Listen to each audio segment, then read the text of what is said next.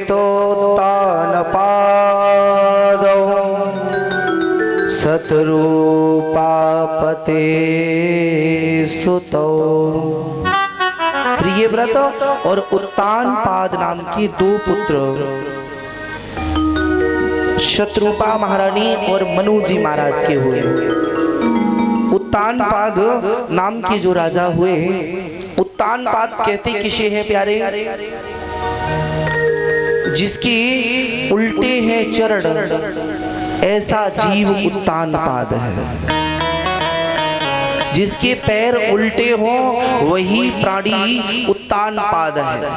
या उत्थानपाद जिसका समाज में पैर उठा हुआ है, जो समाज के कार्यों में जिसका उत्थान ज्यादा है, ऐसा प्राणी उत्तानपाद है। मेरे प्यारे, उत्तानपाद की जो पत्नी है या को नाम है सुनीति। सुनीति का अर्थ होता है सु माने सुंदर, नीति माने विचार। जीव रूपी उत्तानपाद जब सद्बुद्धि रूपी सुनीति के साथ में विवाह करता है, जब तक कोई जीव सत्संग की बात मानेगा, अपने से श्रेष्ठ जनों की बात को मानेगा, हृदय में सुंदर विचार होंगे, सुंदर उसकी नीति होगी, तब तक प्यारे उसके जीवन में विवेक का ही प्रादुर्भाव होगा। तो विवेक जो है वो अटल होता है। सुनीति के यहाँ कोई संतान ना हुई, बेचारी पति से कहती है, बोले स्वामी कुछ भी करो, शादी कर लो। पति ने कहा, बोले रानी, दो रानियों के झंझट तुम्हें पता नहीं है, मौत और शौत में ज्यादा फर्क नहीं है, देवी दूसरी शादी नहीं कर सकता। बोले नहीं, तुम दूसरी शादी करो। जब कोई जीव सतमार्ग पर चलेगा तो उसे कष्ट आएंगे, और जब कष्ट आएंगे तो लोग ये कहते हैं, बोले भैया का रखो है जब पूजा पाठ में जाकर छोड़ दे, का रखो है भगवान के नाम जपने में, का रखो है सत्संग में जाकर छोड़ दे। लेकिन आज वो परेशान हो रहा है प्यारे, एक दिन वो आएगा कि भजन करने वाले की ही विजय होगी। सत्य जो है वो कभी विनश नहीं सकता।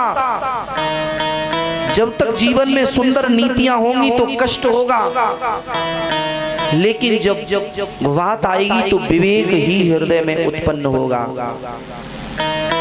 सुनीति ने बार बार कहा और बार बार बुद्धि के द्वारा प्रेरित हुआ तो ये जीव कभी कभार अपने नियमों को छोड़ देता है। मान लो हमने कोई नियम रखा कि हम 9 दिन तक माता भगवती की सेवा करेंगे या कृष्ण की सेवा करेंगे, और 2 दिन हुए तो मन में आएगा, बोले का मिलेगा जैसे। तीसरा दिन होगा, मन में आलस्य आएगा, बोले अब नहीं करेंगे। क्यों? क्योंकि प्यारे वो मन नहीं चाहता है कि आप भगवान के हो जाओ। यदि एक बार मन भगवान में लग गयो तो प्यारे फिर इन विषयों में लग नहीं सकता। जैसे काउए पहले छाछ पीने को मिली हो, है ना, छाछ पीने को मिली हो परीक्षित जी, और फिर वाकू रबड़ी पाए को मिल जामे, फिर रबड़ी में स्वाद अलग होएगो और छाछ को स्वाद अलग से होएगो। ऐसे ही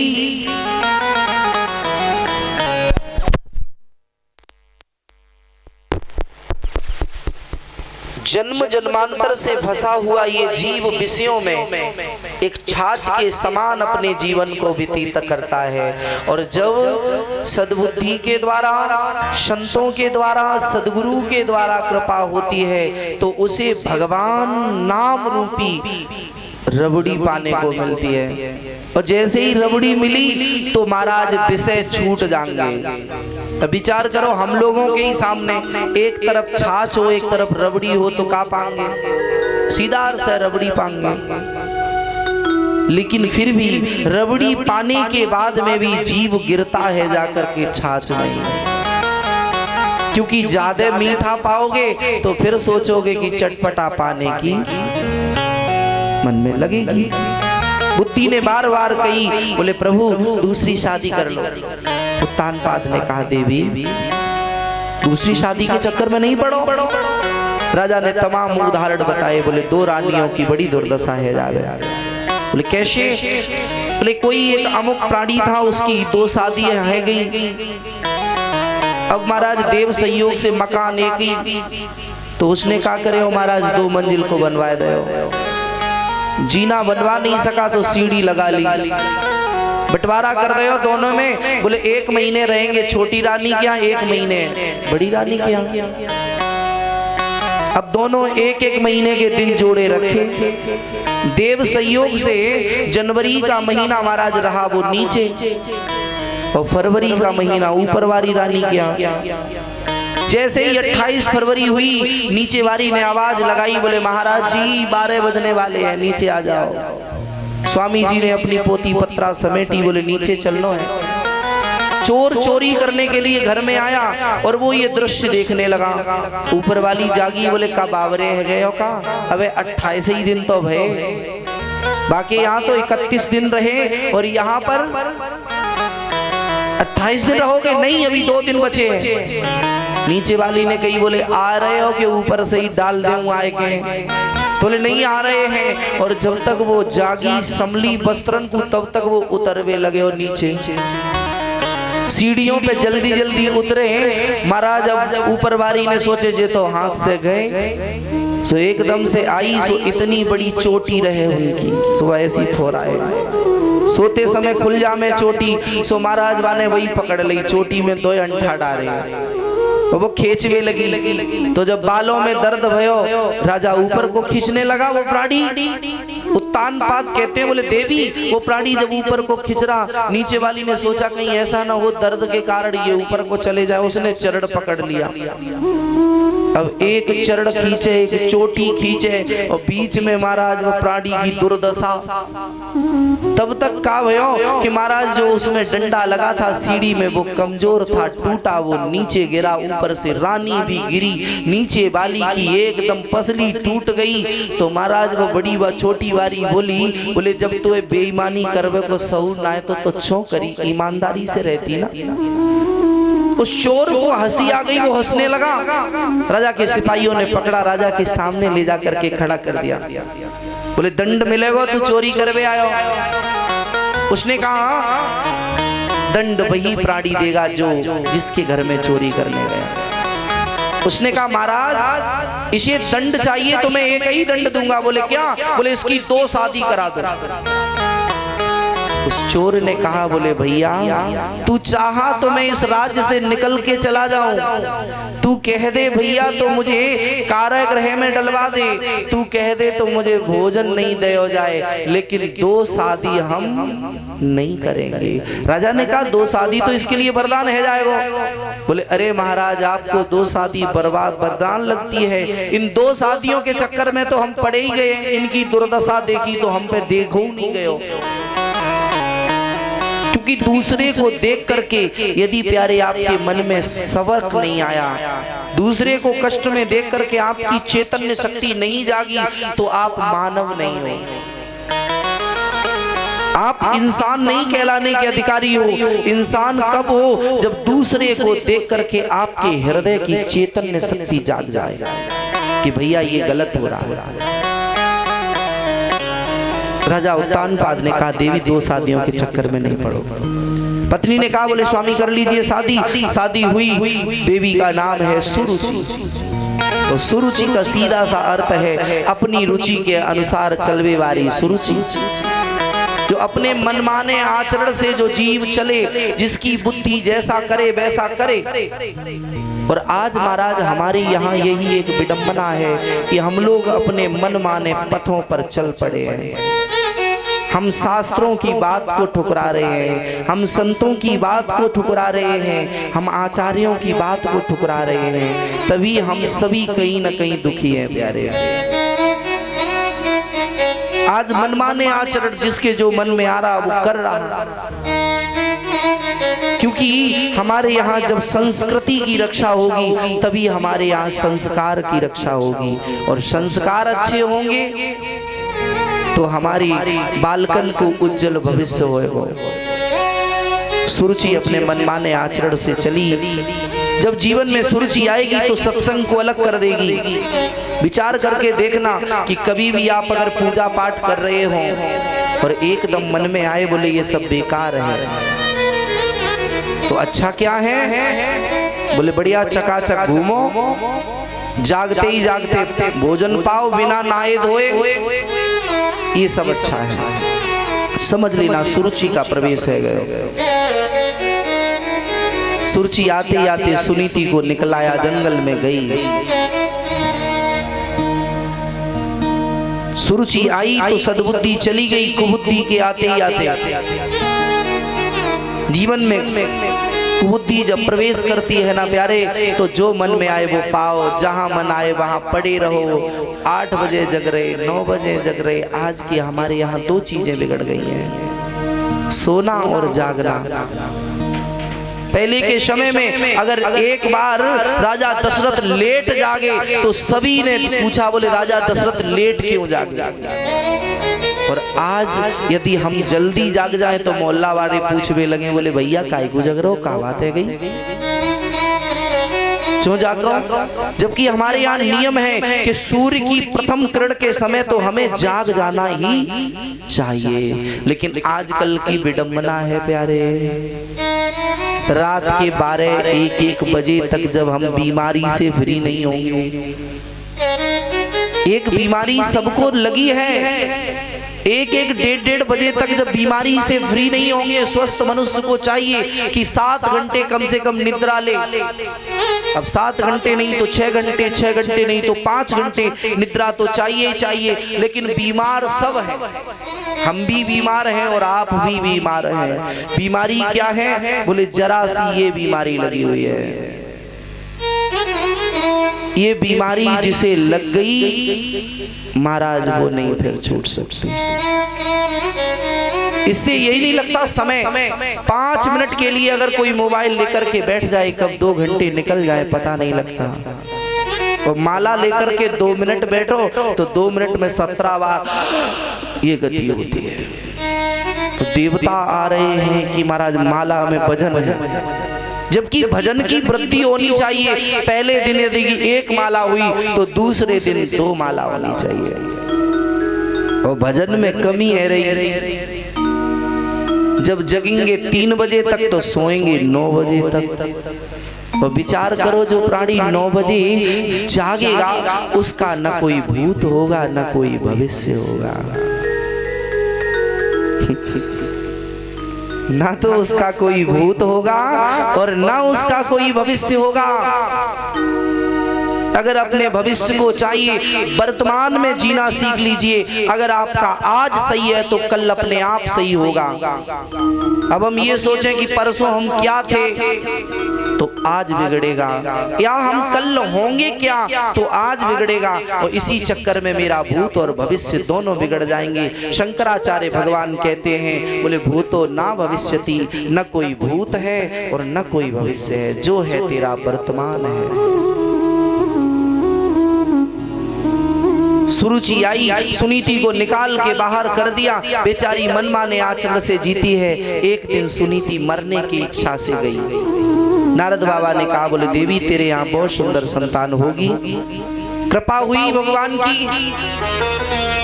एक भजन करती है, दूसरी भोगों में वृत्ति है। दोनों के यहाँ 2 संतानें हुई। एक के यहाँ विवेक रूपी ध्रुव को प्रादुर्भाव भयो और दूसरे के यहाँ विचार रूपी उत्तम को प्रादुर्भाव भयो। आप देखना, जो कुमारगामी हो गामन में परीक्षण करके देखना, उनके विचार बहुत शुद्ध होंगे। वो तुम्हें विचार दे सकते हैं, भैया जल्दी जगना, ले आज नहीं कल पक्का। अलार्म लगा लिया और अलार्म चिल्लाते चिल्लाते वो अलार्म परेशान हो जाए। यहाँ सभी महापुरुष लगा लेते हैं 3-3 बजे का अलार्म। 3 बजे का अलार्म लगा और जाग रहे महाराज 8 बजे। क्या व्यवस्था है। लेकिन अच्छा एक दूसरी बात भी है कि अलार्म जिस समय भरते हैं उस समय बजता नहीं है। ये सबसे बड़ी बात है। जिस समय भरा जाता है उस समय बजता नहीं है, लेकिन जिस समय का भरा जाता है उस समय जरूर बजता है। कहने का आशय मेरा है, अभी हमारे जीवन में समय का अलार्म भरा जा रहा है। अगर अभी हम राम नाम गाएंगे तो प्यारे जिस समय के लिए भरा जा रहा है उस समय जरूर बजेगा है ना। जैसे हमारे बाबा जी हैं दरोगा जी, शुरुआत में इन्होंने भरा होगा अलार्म, और ये बात मैं इसलिए कह रहा हूं कि हम सभी को सबक मिले। आज भी नियम है 3 बजे चारपाई छोड़ देना, 4 बजे करेक्ट 4 बजे चारपाई को छोड़ देना, 2-2.5 घंटे नित्य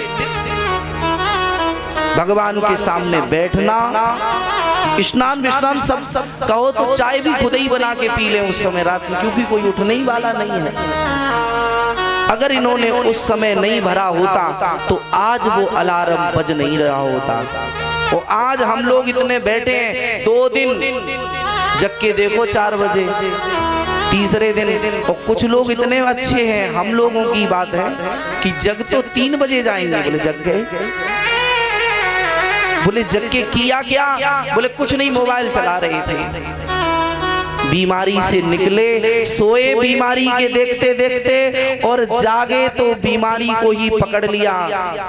तो प्यारे ना तो तुम्हारा कुछ नहीं हो सकता। सब लोगों के यहाँ अलार्म भरे रहते हैं। अभी पूर्व में कथा चित्रकूट में महाराज एक ही कमरा में सब लोग रुके, ऐसी कृपा प्रभु की। 1 2 3 4 5 लोगों के अलार्म कितने बजे के? बोले 3 बजे के।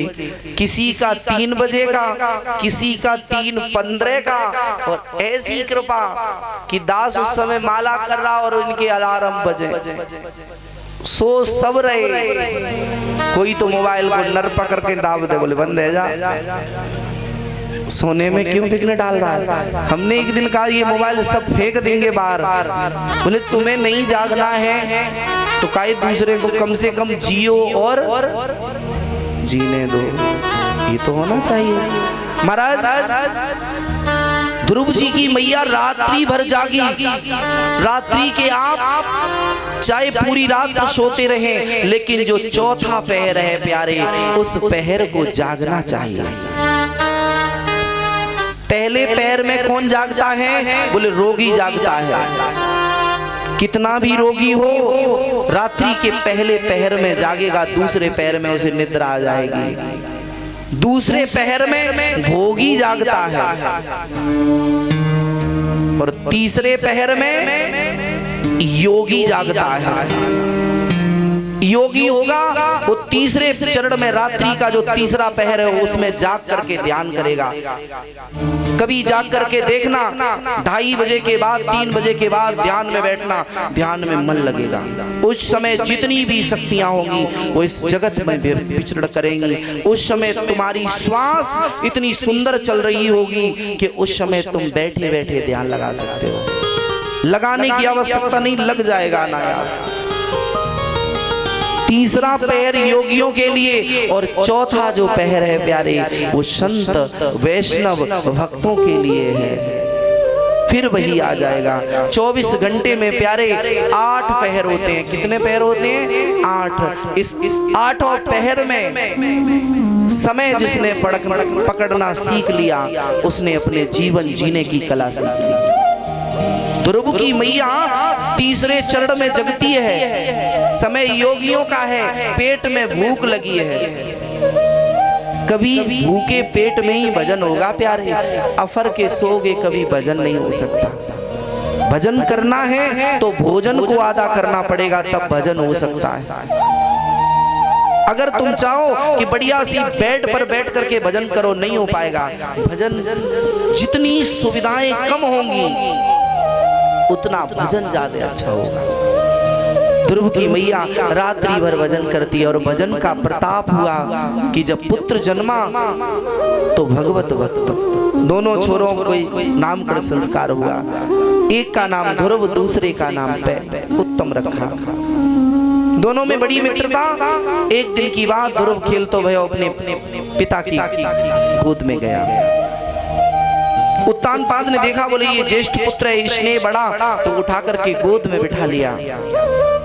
पास में बैठी ध्रुव की सौतेली माँ, उसने तत्क्षण ध्रुव को लयो और जमीन पे फसीट गयो।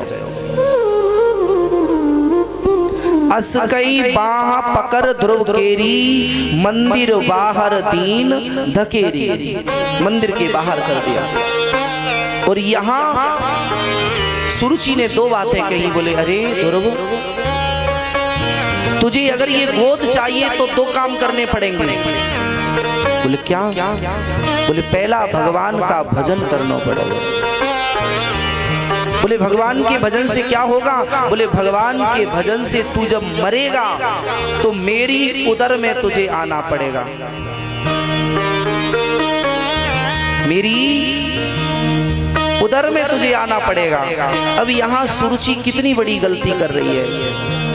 जन्म जन्मांतर से जीव जिस समय भजन करता है तो इसीलिए करता है कि मैं आवागमन के चक्र से रहित हो जाऊं, मेरा मोह बंधन छूट जाए, इसलिए तो वो भजन करेगा। लेकिन सुरुचि क्या कहती है? बोले तू भजन कर, भगवान को पा, फिर मेरी उदर में आ। तो इसका मतलब सुरुचि जानती है कि उदर का दर्जा बड़ा है और भगवान का दर्जा कम है। जब कोई अज्ञानी जीव आपसे मिलेगा तो प्यारे वो बार बार यही कहेगा कि भगवान कुछ नहीं है, जो कुछ भी है हम हैं। ये अज्ञान का परिचय है, क्योंकि भगवान नर कभी नारायण नहीं हो सकता है। नर नर रहेगा, नारायण नारायण होगा। कुपंथी कई एक आपको ऐसे मिलेंगे जो आपसे कह देंगे बोले राम कुछ नहीं, कृष्ण कुछ नहीं, जो कुछ है हम ही हैं। ये सभी मनगढ़ंत कहानी है। सुरुचि की जैसे सुरुचि ने ध्रुव से कहा बोले भगवान का भजन कर, बाद में मेरी उदर में आ और तब तुझे ये गद्दी मिलेगी। ध्रुव जी ने सौतेली माँ की फटकार खाई, अपनी माँ के पास में गए। मैया ने कहा बोले बेटा कहाँ है गए हो, चोर हो रहे हो? ध्रुव जी ने कहा माँ मुझे सौतेली माँ ने पीटा। बोले क्यों? बोले मेरा पिता कौन है? बोले तेरे पिता तो वो राजा है। माँ ने ये भाव में कह दिया। बोले मेरे पिता थे तो मुझे जब मेरी सौतेली माँ मार रही थी तो क्यों नहीं रोका? ध्रुव जी ने की मैया बोले बेटा अरे वो तो तेरे पिता संसारी हैं, लेकिन हे लाल तेरा पिता वो है जो सारे जगत का नियंता है। जगदीश्वर तेरा पिता है, जिसके एक रोमकूप में असंख्य ब्रह्मांड होंगे तो उसमें तेरे पिता जैसे न जाने कितने पिता होंगे। ध्रुव ने पूछा बोले माँ मेरा पिता रहता कहाँ है? मैया ने कह दिया तेरा पिता जंगल में रहे। वैसे तो हर जगह है लेकिन जंगल में। बोले मिलेगा कैसे? बोले जब तप करेगा तब तुझे मिलेगा। तेरे पिता को पाना है तो पहले तप करना पड़ेगा। ध्रुव ने कहा मैया तप करना पड़ेगा? बोले हाँ।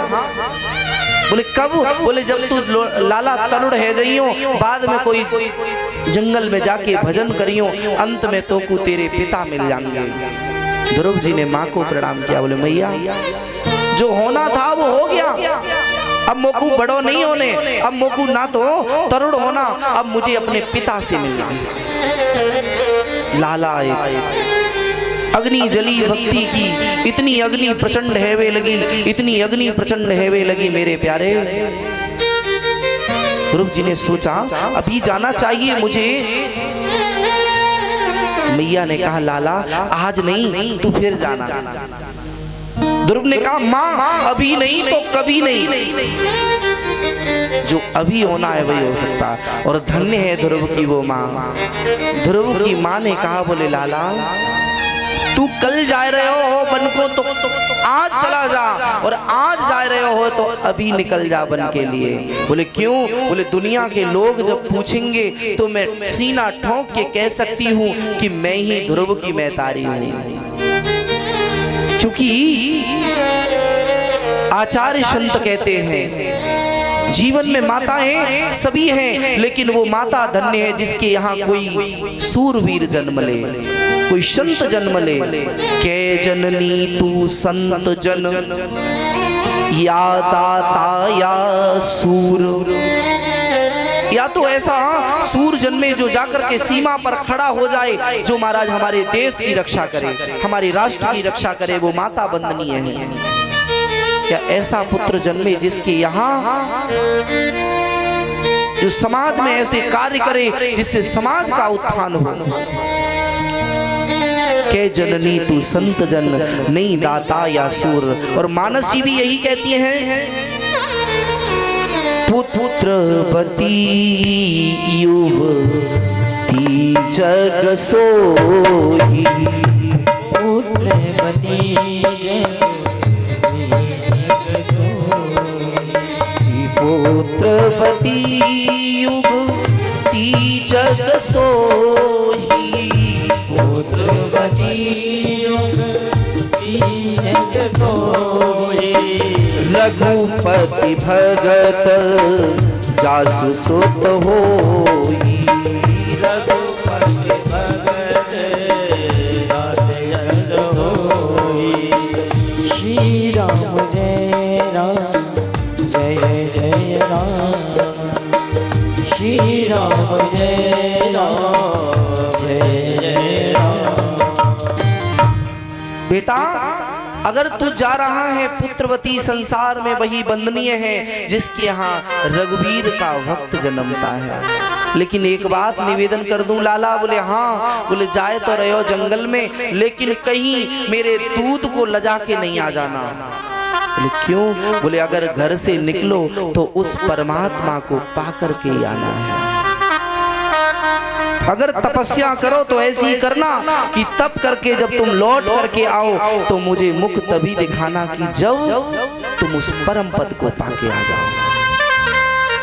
नहीं तो वो स्थिति है जावेगी, संत बनना कठिन है, चढ़ना पेड़ खजूर, चढ़े तो चाखे प्रेम रस, न गिरे तो चकना चूर। एक संत बनते हैं और एक संत होते हैं। आज संत बने बनाए तो तुम्हें मिल जाएंगे। खड़िया पंटन वाले महाराज मोटरसाइकिल पे बैठ के आएंगे और गांव के बाहर आके खड़िया खप्पर बना के बन गए संत। लेकिन होना संत बड़ी टेढ़ी खीर है महाराज। जब वृत्तियां संत है जाएं, अंदर की वृत्ति ऊपर के आवरण को छोड़ करके जब वृत्तियां संतमय हो जाएं, प्रेम जब अनंत हो गया तो रोम रोम संत हो गया। संत फिर महंत हो गया, प्रेम जब अनंत हो गया। और अनंत कैसे होगा? ये जीव ब्रह्म से ही प्रेम कर सकता है और संसार में प्रेम नहीं हो सकता। माँ ने वरदान दिया, बोले लाला जाओ। माँ को प्रणाम करके ध्रुव जी आगे बढ़े। पिता ने कहा, बोले बेटा भगवान का भजन नहीं कर, शासन दे दूंगा। ध्रुव जी ने मन में सोचा, बोले प्रभु जब तक तेरे नाम का संकल्प ना लियो तब तक जो को प्रसाद मिले। राम रस के द्वारा मैंने पाया, कभी पाया कभी नहीं पाया। तेरे नाम में इतना सामर्थ्य है। जब तेरे नाम में इतना सामर्थ्य है तो तेरे तप में कितना सामर्थ्य होगा। तो तेरे तप में कितना सामर्थ्य होगा तो तेरे फिर दर्शन में कितना सामर्थ्य होगा। तेरे दर्शन में कितना सामर्थ्य होगा तो तेरे पास आने में कितना सामर्थ्य होगा। ध्रुव जी के मन में आया, बोले अब मुझे एक ही रटन लगी हुई है कि मैं उसके पास जाऊंगा। और ध्रुव जी कहते हैं, तेरे पास आने को जी चाहता है, तेरे पास आने को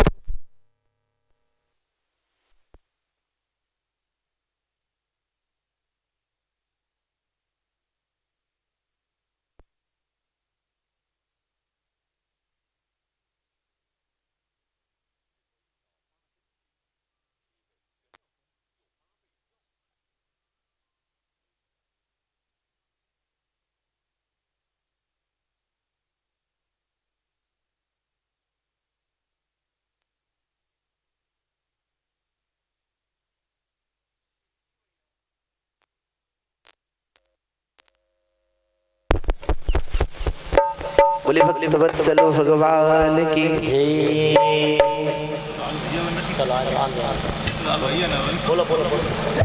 तेरे पास आने को जी चाहता है, तेरे पास आने को जी चाहता है, तेरे पास आने को जी चाहता है, तेरा दर्श पाने को जी चाहता है, तेरा दर्श पाने को जी चाहता है।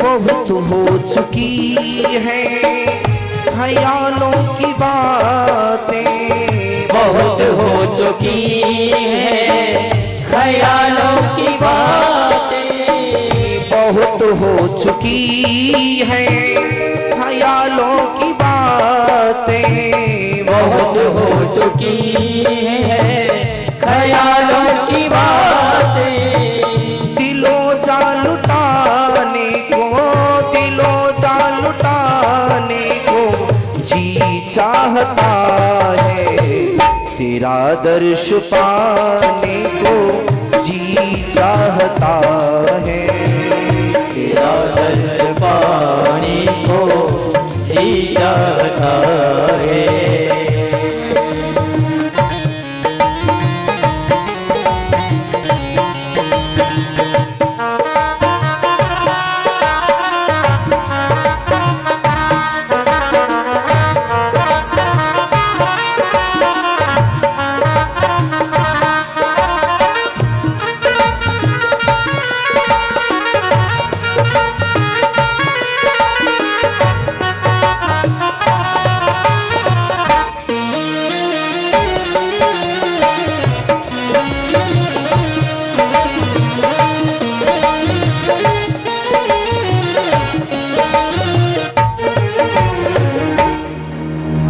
अब प्रभु माँ के द्वारा सुना तो हृदय में ऐसी ललक लग रही है कि तेरा दर्श कब मिले। ध्रुव जी महाराज आगे को बढ़े। मेरे प्यारे, भगवान ने मन में विचार किया, बोले ध्रुव आ तो रहा है इस पथ पर, तो इसके मार्ग में अब इसकी परीक्षा के लिए पहले हमें किसी न किसी को भेजना चाहिए। तो इस जगत में परीक्षा लेने के लिए वो जगदीश स्वयं नहीं आएगा, लेकिन जगदीश के भेजे हुए संत आ जाएंगे। भगवान नारद ने सोचा, बोले ऐसा शिष्य अगर मुझे मिल जाए, क्योंकि जिस प्रकार शिष्य अच्छे श्रेष्ठ गुरु की तलाश में होवे, ऐसे ही श्रेष्ठ गुरु भी चाहता है कि मुझे योग्य शिष्य मिले। जब दोनों ही एक जैसे होंगे, एक को चाह होगी उस ब्रह्म को पाने की और एक को चाह होगी ब्रह्म तक पहुंचाने की, तभी प्यारे गुरु और शिष्य का समन्वय हो सकता है। नारद जी महाराज आए, ध्रुव ने साष्टांग प्रणपात किया नारद जी को। कभी भी जीवन में कोई संत मिले तो माताओं को पंचांग दंडवत करने का विधान है। कितना भी बड़ा कोई सिद्ध हो, कितना भी बड़ा कोई संत हो, माताओं का धर्म नहीं है कि माता कभी भी किसी भी संत के चरण स्पर्श करे।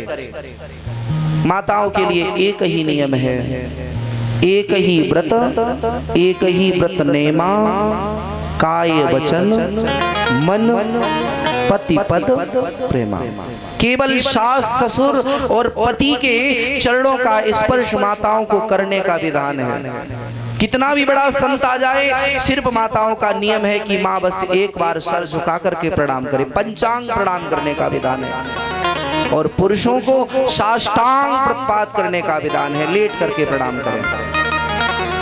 मेरे प्यारे, ध्रुव जी ने जैसे ही लेट करके साष्टांग पात करे, नारद जी समझ गए इसकी पहली सीढ़ी पक्की है कि संत को दंडवत कैसे करनी चाहिए। ये पहले ही आत्मसमर्पण है गए। नारद जी ने पूछा, बोले अरे छत्री बालक कहाँ जा रहे हो? बोले अपने पिता से मिलने के लिए। बोले पिता रहता क्या है? बोले मैंने ऐसा सुना है कि मेरा पिता जंगल में रहता है। जंगल में? बोले हाँ। बोले अरे छोरा, तेरे पिता को पाने के लिए बड़े बड़े संत जन्म जन्म मुनि यत्न कराई। एक जन्म नहीं, अनंत जन्मों में जिन संतों ने यत्न किया होगा, अंत राम मुख आवत नहीं, उनके मुख से राम निकलता नहीं है, और तू उस ब्रह्म को पाने के लिए जा रहे हो? नहीं है सके वो। ध्रुव जी ने कहा, संत जी मैंने ये भी तो सुना है कि मेरा जो पिता है वो प्रेम से मिलता है। हरि व्यापक सर्वत्र समाना, प्रेम ते प्रकट हो ही मही जाना। प्रेम से मेरा पिता मिलता है। बोलिए ठीक है। महाराज नारद जी समझ गए इसकी दूसरी भी सीढ़ी पक्की है, इसे भगवान पर भरोसा है। नारद जी ने तीसरा प्रश्न कर दिया। बोले लाला एक बात बताओ, बोले जंगल में जाओगे तो वहां पर तुम्हें क्षुधा लगेगी, बाल्यकाल की अवस्था है, तुम क्या पाओगे? और कहीं हिंसक पशु को क्षुधा लग गई और वो तुम्हें अपना ग्रास बना करके खा गया तो क्या होएगा फिर? उसी समय ध्रुव जी ने कहा, बोले संत जी मुझे आपसे ये उम्मीद नहीं थी। बोले क्यों? बोले विश्व का भरण पोषण करने वाला जो जगदीश है वो मेरे को सब को देगा।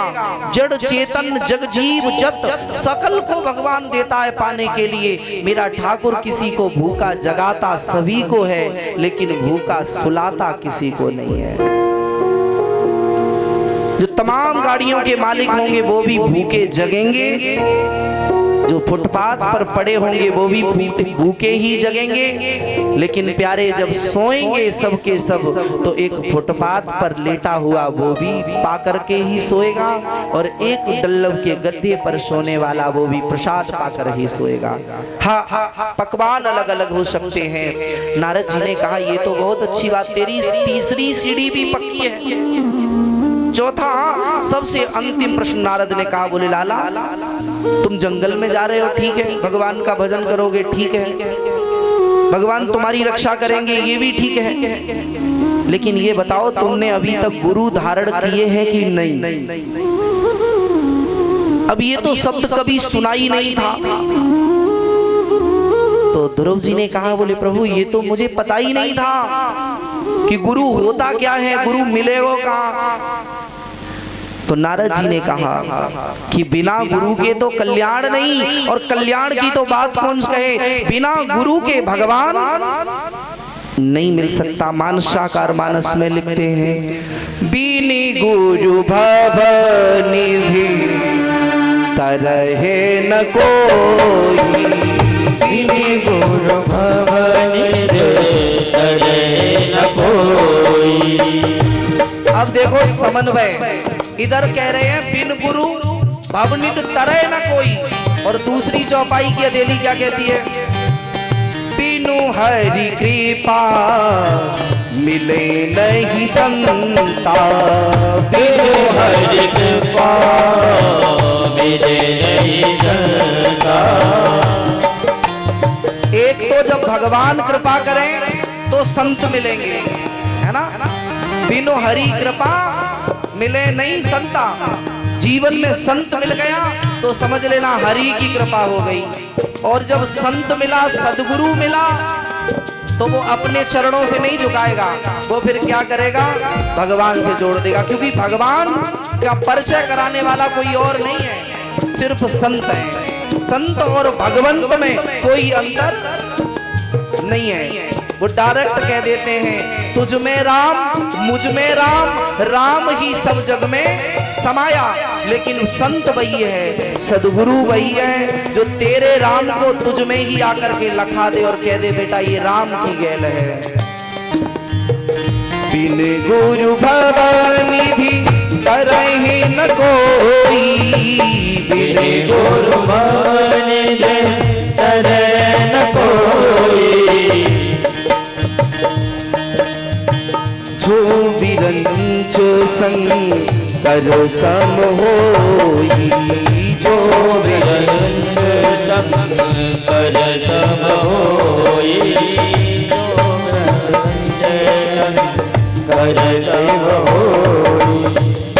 बिना हरि की कृपा के संत नहीं मिलेंगे, और बिना हरि की कृपा जब संत मिल जाएंगे तो भगवंत अपने आप मिल जाएंगे। नारद जी ने कहा, बोले लाला गुरु धारण कर लो। बोले गुरु कौन? बोले हमसे अच्छा कौन गुरु मिल सकता है, हम सबके गुरु बन जाते हैं। बोले अच्छा? बोले हाँ। तो मेरे प्यारे नारद बाबा ने कृपा करी और 12 अक्षर का मंत्र दे दिया, और इस मंत्र का जो जीव नित्य जाप करके देख ले तो प्यारे 6 महीने के अंदर में, 6 महीने यदि नित्य जाप करे, इधर रखो नहीं तो हनुमान जी ले जाएंगे फिर जिन्हें। बोले भक्त वत्सल भगवान की जय हो। मेरे प्यारे जब वो कृपा करता है तो 12 अक्षर मंत्र दे दिया। बोले कहाँ जाना है? बोले जाना तो वही है। बोले चले जाना, पहले यमुना महारानी में स्नान करना। बोले यमुना में स्नान होने से क्या होएगा? बोले यमुना जो है ना वो यम की बहन है। किसकी बहन है? यम की। और यम को सभी से प्रेम है। यम से डर सभी को लगता है, लेकिन यम सबको प्रेम करते हैं। कोई ऐसा है जो यमराज से न डरता हो? आज दिन तक ऐसा कोई नहीं है जन्मा जो यमराज का काऊ ने भजन करे होए। किसी ने कही होए बोले यमराज आए नमा, किसी ने कही आज दिन तक नहीं।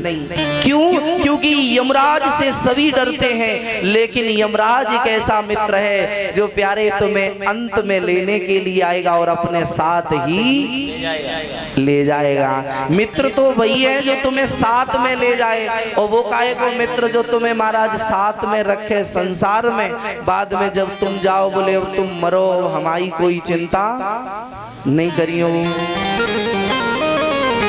मेरे प्यारे आचार्य संत कहते हैं ध्रुव जी महाराज यमुना महारानी में स्नान किया। बाद में ध्रुव ने पहले 3-3 दिन की समाधि लगाई।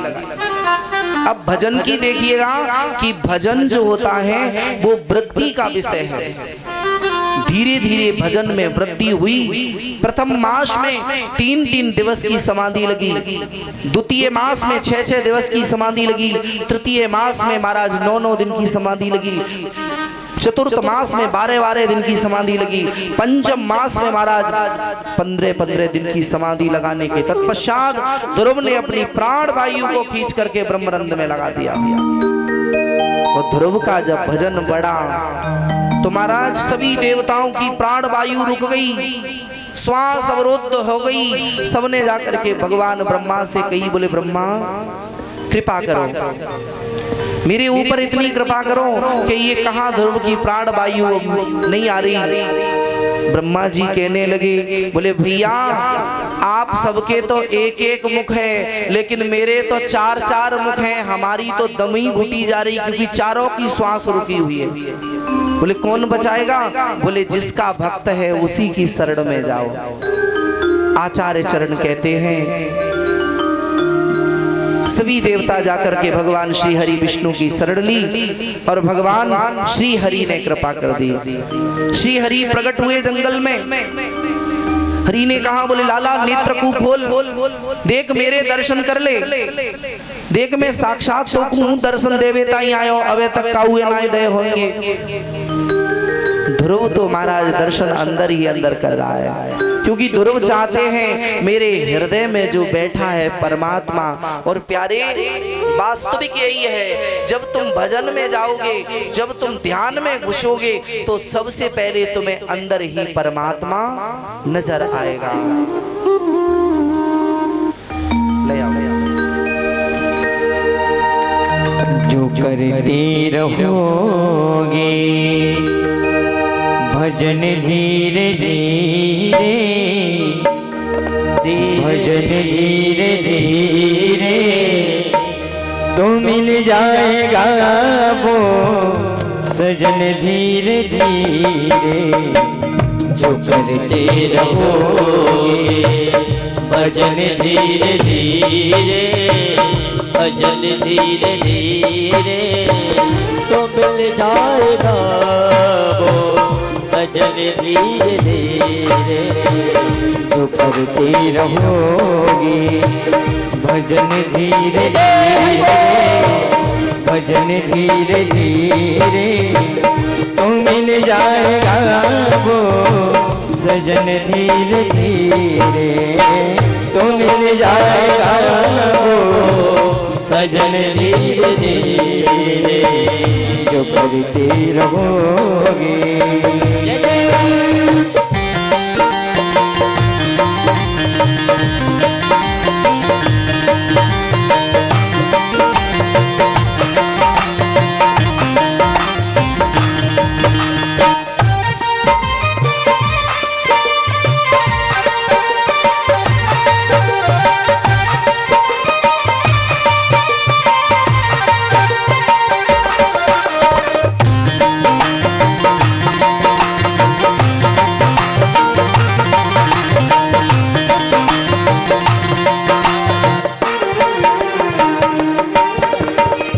कोई काम दुनिया में मुश्किल नहीं है कोई काम दुनिया में मुश्किल नहीं है कोई काम दुनिया में मुश्किल नहीं है कोई काम दुनिया में मुश्किल नहीं है मुश्किल लगी है मुश्किल लगी है कोई काम दुनिया में मुश्किल लगी है मुश्किल लगी है करो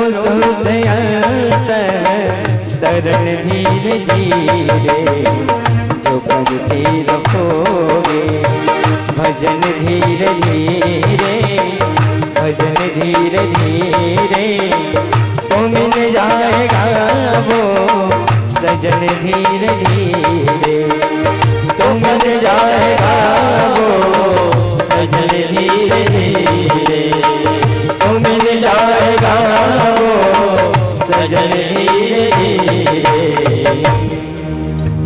बोले भक्तवत्सल भगवान की। और इसी मध्य में उदित भैया जी की तरफ से ठाकुर जी के चरणों में सुंदर सा पुष्पों का हार समस्त आचार्य चरण एवं संगीतज्ञ बंधुओं को भी यथा उचित पुष्प मुद्राओं के द्वारा सम्मान ठाकुर जी के चरणों में प्रार्थना। भैया का जीवन यूं ही पुष्पों की तरह महकता रहे, समाज में सुंदर से कार्य करें, अपने माता पिता एवं समाज और राष्ट्र का सेवा करके ऐसे कर्म करें जिससे गांव, परिवार और माता पिता का नाम ऊंचा हो। ऐसी कामना हम श्री बिहारी जी से करते हैं। बोले भक्तवत्सल भगवान की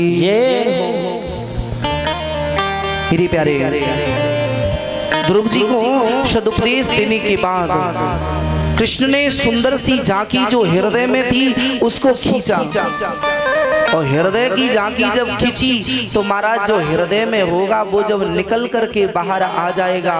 तो ध्रुव ने देखा जिस परमात्मा की झांकी को हृदय में देखा, जिसकी रचना इतनी सुंदर, वो कितना सुंदर होगा। और जब वो सुंदर वाला सामने खड़ा है तो सामने बैठा ये जीव टकटकी लगा करके देखने लगा। वो दशा हो गई, मूकम करोति वाचालं, मूक हो गया वक्ता।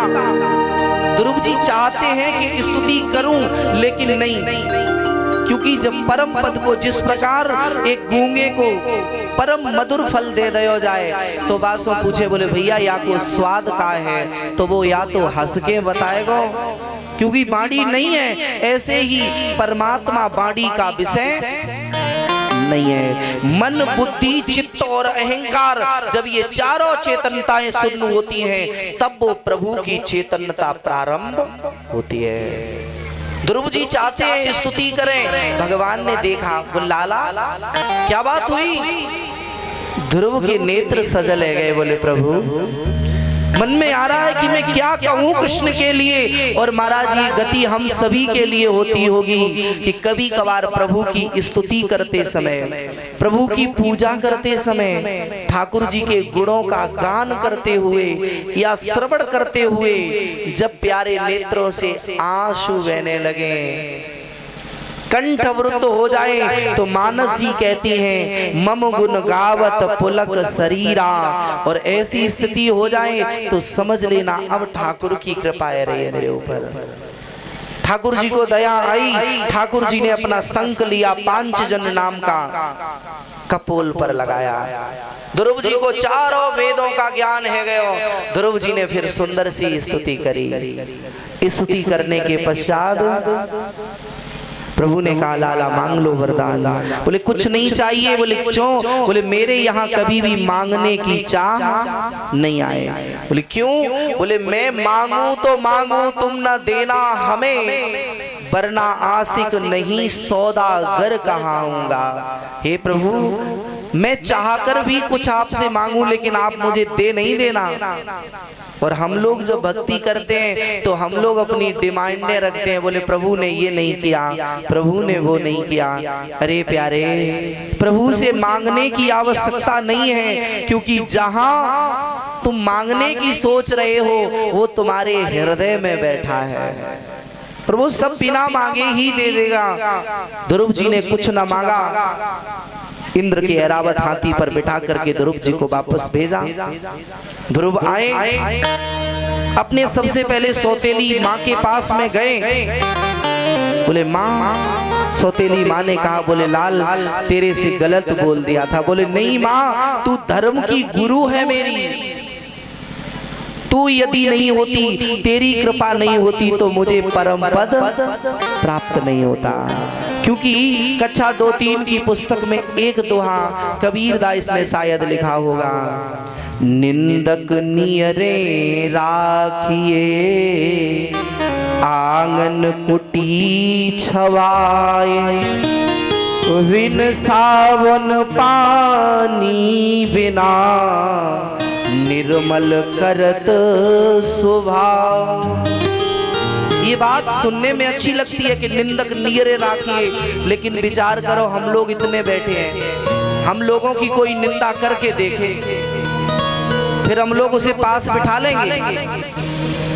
पास की तो कहे कौन महाराज, पड़ोसी से कोई काऊ की बुराई करके देखे और पड़ोसी वालों कह दे आए भैया तेरी बुराई जे कर रहे हो, तो महाराज निंदक पास में रखना तो दूर, तत्काल में बास हो जाएंगे। बोले तेने मेरी बुराई करी?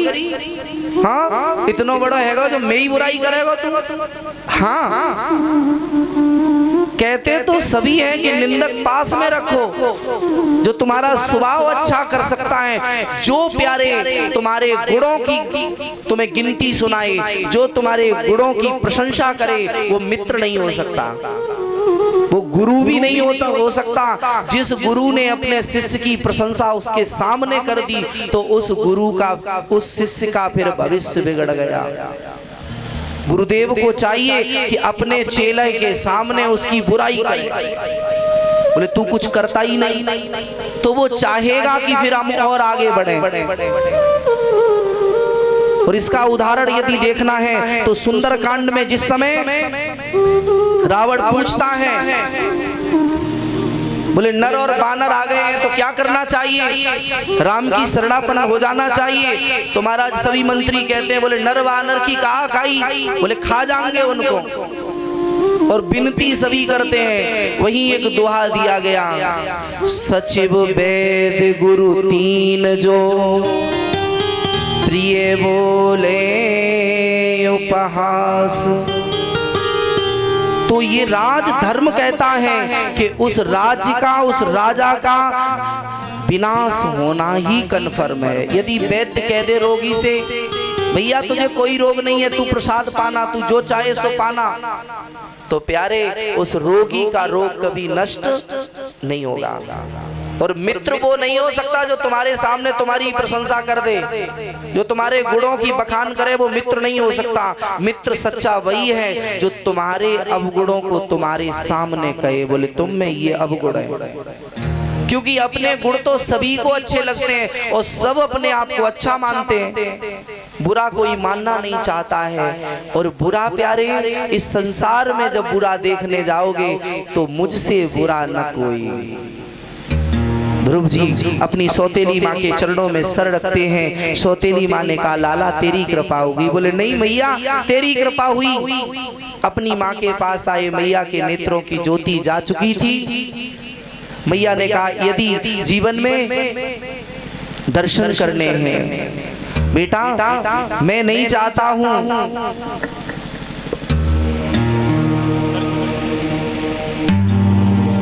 मैं नहीं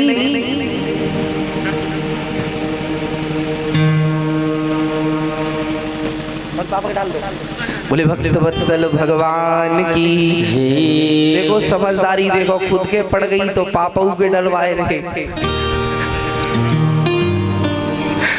वृंदावन बिहारी लाल की जय। और इसी मध्य में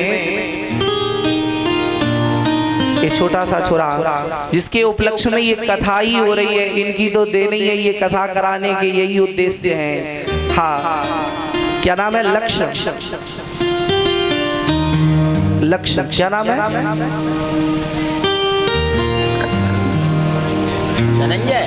अरंजय नाम है। अरंजय भैया की तरफ से ठाकुर जी के चरणों में कुछ मुद्राएं आई हैं। ठाकुर जी से प्रार्थना अपने माता पिता का नाम समाज में रोशन करें और यूं ही इनके हाथ धर्म के कार्यों में बढ़ते रहें। बोले भक्त वत्सल भगवान की। मेरे प्यारे ध्रुव जी ने 36,000 वर्ष तक इस भूमि पर राज्य किया। और ध्रुव जी की 2 शादियां हुई महाराज। ध्रुव जी के यहाँ पर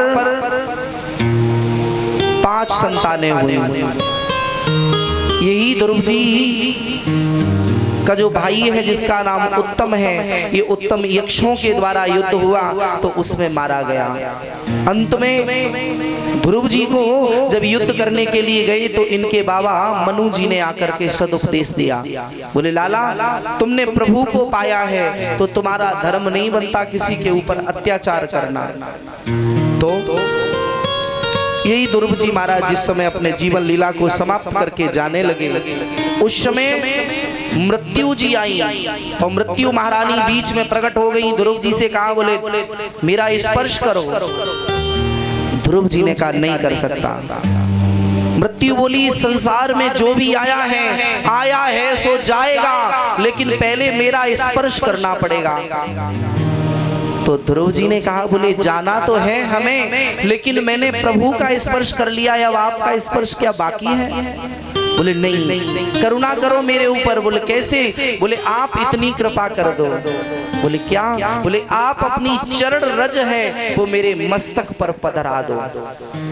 भक्तों की और संतों की रज को लेने के लिए मृत्यु भी लालायत रहती है, और जिस मुक्ति को पाने के लिए संत, जिस मुक्ति को पाने के लिए भक्त लालायत रहते हैं, ये मुक्ति संतों की चरण रज पाने के लिए बिलखती रहती है। किसी संत ने कहा वृंदावन की गैल में मुक्ति पड़ी बिलखाए, मुक्ति कहे गोपाल सो मेरी मुक्ति बता। पड़ी रहो यही गैल में साधु भक्त चल जाएं, उड़ उड़ रज मस्तक लगे मुक्ति मुक्ति है जाए। मुक्ति को भी मुक्ति यदि कोई देने वाला है तो भगवान के भक्त और भगवान के संत ये चाहे तो मुक्ति को भी मुक्त कर सकते हैं। मृत्यु के शीश पर ध्रुव जी ने चरण पधराया, विमान में बैठे और मेरे प्यारे उसी समय ध्रुव जी ने कहा मेरे माता पिता, बोले आगे जा रहे हैं, देख लो आगे माता पिता जा रहे हैं। अब यहाँ कई एक संतों के भाव हैं। कोई संत कहता है कि ध्रुव जी ने एक पद मांगा, बोले मुझे ऐसा पद दे दीजिए जो प्रभु आज से पहले किसी को न दिया हो। तो भगवान ने ध्रुव जी के नाम से ही एक लोक का निर्माण किया जिसे कहा गया ध्रुव लोक। सप्तऋषियों को ध्रुव की पहरेदारी में किया गया। लेकिन एक संत कहते हैं कि जब ध्रुव जी अपने माता पिता को तारने में सक्षम हो गए तो ध्रुव जी ने सोचा, बोले मुझसे बड़ा भगवान का भक्त कोई और नहीं होगा। हमने अपने माता पिता को तार दिया तो माता पिता तो अंदर प्रवेश है गए, लेकिन ध्रुव जी के लिए भगवान ने कपाट लगा लिए। बोले तुम अब बाहर ही खड़े रहो, तुम मेरे अंदर नहीं आ सकते, क्योंकि मुझे विकार रहित जीव चाहिए। किसी संत ने कहा ये भी भाव नहीं है, उस संत का भाव है। उसने कहा कि ध्रुव जी ने प्रभु से कहा, बोले हे प्रभु यदि मुझे अपने धाम में आप ले लोगे तो मैं ये कैसे जानूंगा कि आगे आपके कितने भक्त होंगे और किस कोटि के भक्त होंगे। तो जितने भी आपके भक्त आगे जन्म लेंगे उन सभी का दर्शन करते रहेंगे हम, और हम भी देखेंगे प्रभु कि आपके भक्त आएंगे तो उन्हें हम प्रणाम करेंगे, तो उनका कोई न कोई अंश भक्ति का मुझे भी प्राप्त होगा। जैसे एक बार भगवान शंकर एक जगह से निकल करके जा रहे, माता पार्वती साथ में थी। माता पार्वती चलती चली गई, एक गांव में पहुंची तो भगवान शंकर ने उस गांव में प्रणाम किया। बोले इस गांव में यहाँ क्यों प्रणाम किया, यहाँ तो कोई मंदिर भी नहीं है, कुछ नहीं है। बाबा चौ प्रणाम करने लगे। भगवान शंकर ने कहा, अरे देवी आज से हजारों वर्ष बाद पहले इस गांव में कभी एक कथा हुई थी। हजारों वर्ष पहले इस गांव में एक कथा हुई थी इस जगह, तो मैं उस जगह को प्रणाम कर रहा हूं, क्योंकि जहां भगवान की कथा होती है, भगवान के चार निज स्वरूप हैं। भगवान की लीला, भगवान का नाम, भगवान के गुण और भगवान का धाम, ये स्वयं भगवान ही हैं। बोले यहाँ कभी भगवान की कथा हुई, आगे चले। अब विचार करना जगह का महत्व, और इस जगह का कितना महत्व है जहां हम लोग बैठे हैं। यहाँ कितनी कथाएं हो गई होंगी। जब भगवान शंकर कहते हैं कि कई वर्ष पहले यहाँ एक कथा हुई थी इसलिए हमने प्रणाम किया, और इस जगह पर कितनी बार कथाएं हुई जहां हम लोग बैठे। एक गांव में गए, भगवान शंकर ने लेट के दंडवत करी, तो मैया ने पूछा, बोले यहाँ लेट के दंडवत कैसी कर ली बाबा। बोले अरे देवी इस गांव में आज के कई वर्ष बाद एक भगवान का भक्त जन्मेगा जो यहाँ कभी कथा कराएगा। विचार करो। ध्रुव जी ने सोचा कि हे प्रभु जो भक्त आगे आएंगे हम उनका दर्शन करेंगे तो मुझे पुण्य मिलेगा। जब बाबा शंकर लेट करके प्रणाम कर सकते हैं तो हम क्या उनका दर्शन नहीं कर सकते। भगवान को दया आ गई, बोले जाओ तुम्हारे आगे पीछे सप्तऋषि रहेंगे। सप्तऋषि लगा दिए और मेरे प्यारे एक ध्रुव लोक का निर्माण किया। ये ध्रुव तारा नित्य निकलता है उत्तर दिशा में, जो महाराज तीसरा चरण रात्रि का है उसी चरण में निकलता है। और इसका महत्व क्या है, जिस प्राणी को ध्रुव तारा दिखना बंद हो जाए, हमने संतों के मुख से सुना कि जो प्राणी ध्रुव तारा को दिखना बंद हो जाए तो समझ लो कि आज के 6 महीने बाद हमारी सीताराम होनी है।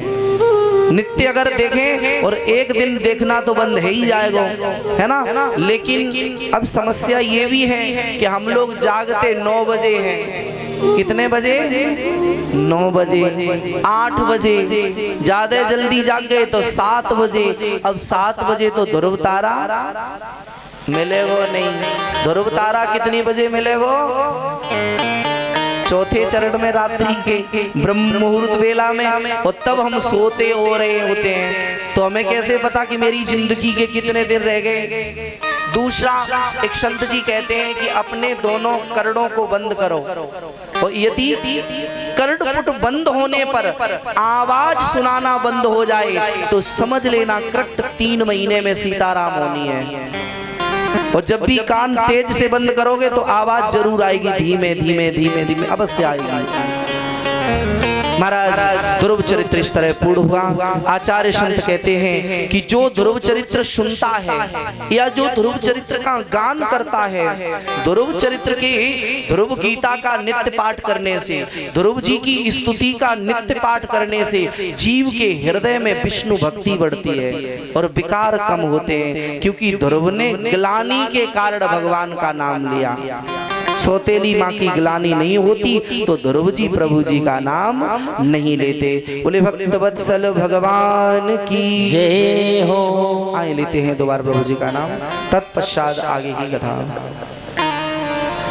मेरा तार हरि से जोड़े ऐसा कोई संत मिले, मेरा तार हरि से जोड़े ऐसा कोई संत मिले, मेरा तार हरि से जोड़े ऐसा कोई संत मिले, संत मिले सतगुरु मिले, संत मिले सतगुरु मिले, संत मिले भगवंत मिले, संत मिले भगवंत मिले, मेरे मन का रास्ता मोड़े ऐसा कोई संत मिले, मेरे मन का रास्ता मोड़े ऐसा कोई संत मिले। हरि बोल।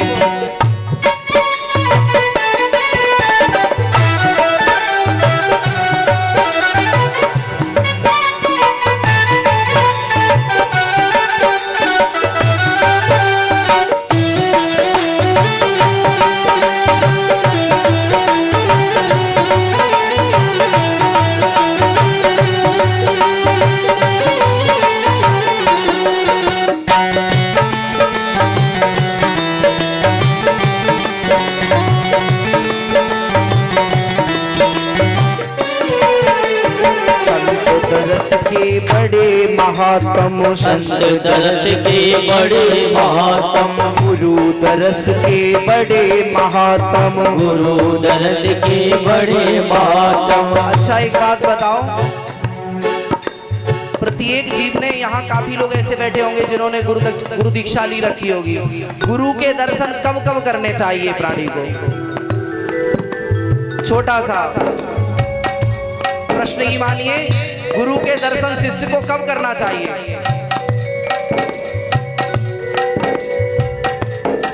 क्या हुआ?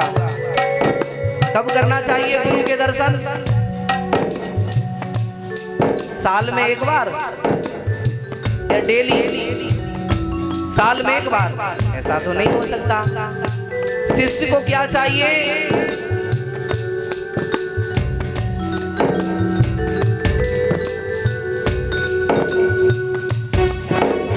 गुरु को कीजिए दंडवत कोटि निकोटि प्रणाम, गुरु को कीजिए दंडवत कोटि निकोटि प्रणाम। अष्ट पहर निरखत रहे, अष्ट पहर निरखत रहे गुरु चरणन की ओर।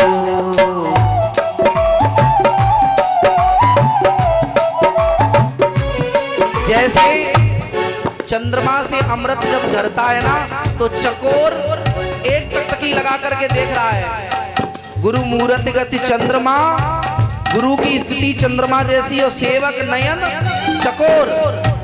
अष्ट पहर निरखत रहे श्री गुरु चरणन की ओर।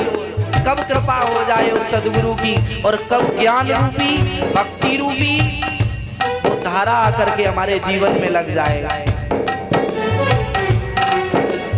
गुरु दरस के बड़े महात्म, गुरु दरस के बड़े महात्म, दुर्लभ जग में संत समागम, दुर्लभ जग में संत महात्म, दुर्लभ जग में संत समागम, दुर्लभ जग में संत महात्म। मेरा मन विषयों में डोले ऐसा कोई संत मिले, मेरे मन विषयों में डोले ऐसा कोई संत मिले। संत मिले कोई गुरु मिले, संत मिले कोई गुरु मिले, संत मिले भगवंत मिले, संत मिले भगवंत मिले। मेरे मन का रास्ता मोड़े ऐसा कोई संत मिले, मेरे मन का रास्ता मोड़े ऐसा कोई संत मिले। गुरुदेव भगवान की।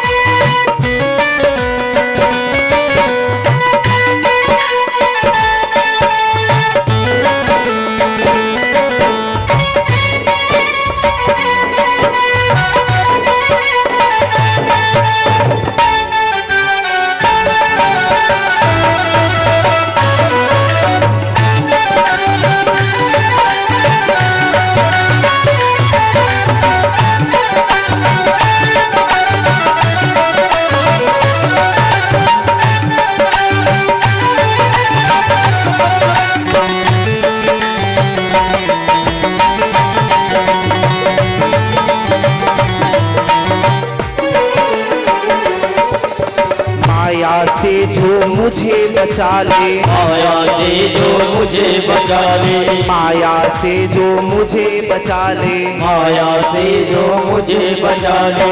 मन का मेरा भ्रम मिटा दे, मन का मेरा भरम मिटा दे, मन के मेरे भ्रम मिटा दे। मन के मेरे भ्रम मिटा दे। अब गुरु तो ऐसे मिल जाएंगे महाराज जो कह देंगे लाला भजन कर, लेकिन इस दुनिया में सच्चा गुरु मिलना बहुत कठिन है। गुरु कैसा मिलेगा? बोले चेला कान में करी गुर्र, तू चेला हम गुर्र। कंठी दे दी, बोले लाला जी लटका लो डोलना। बोले तो बोले नोट चाहिए 500 का नोट तो बड़ा आशीर्वाद, लिफाफे में पैसा ज्यादा है तो उतना बड़ा आशीर्वाद, और लिफाफे में पैसा नहीं है तो गुरु के यहाँ आशीर्वाद नहीं है। किसी शायर ने बड़ा सुंदर लिखा, अमन बिच रहे हैं चमन बिच रहे हैं, मेहनतों के जप तप भजन बिच रहे हैं। थोड़ा सा भजन कर लिया का लाला 5000 दो ते ही नौकरी लगवा देंगे। 10,000 अरे तू का लगवावेगा? नौकरी अगर लगवा तो सबसे पहले अपनी लगवा ले, तो खुद की तो लगी नहीं और दूसरे की महात्मा लगवा देंगे। लिफाफा मोटा है और गुरु वो नहीं हो सकता। गुरु रुलाने वाला नहीं होगा, गुरु होगा वो शिष्य को हंसाएगा।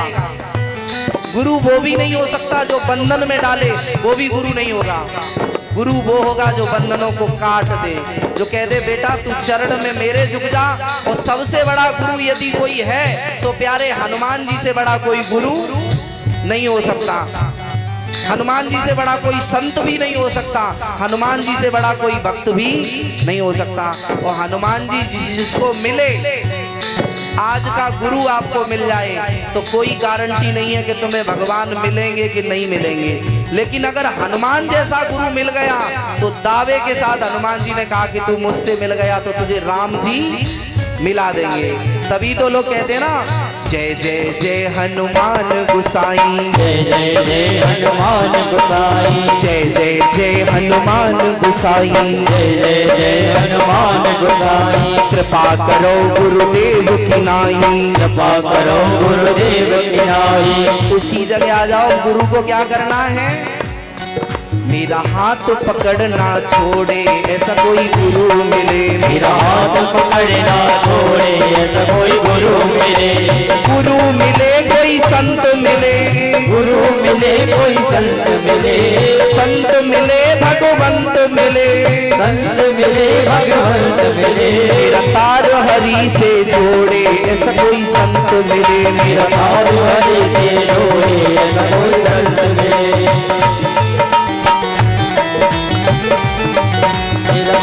हरि से जोड़े ऐसा कोई संत मिले, मेरा तार हरि से जोड़े ऐसा कोई संत मिले। मेरा तार हरि से जोड़े ऐसा कोई संत मिले, मेरा तार हरि से जोड़े ऐसा कोई संत मिले। मेरा तार हरि से जोड़े ऐसा कोई संत मिले, मेरा तार हरि से जोड़े ऐसा कोई संत मिले।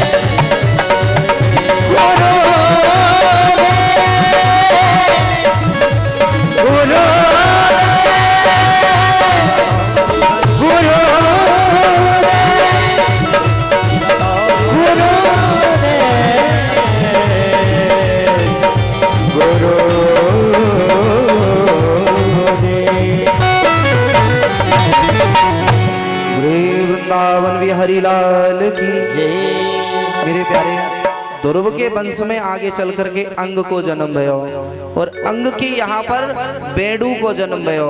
और ये बेडू इतना दुष्ट राजा हुआ जिसने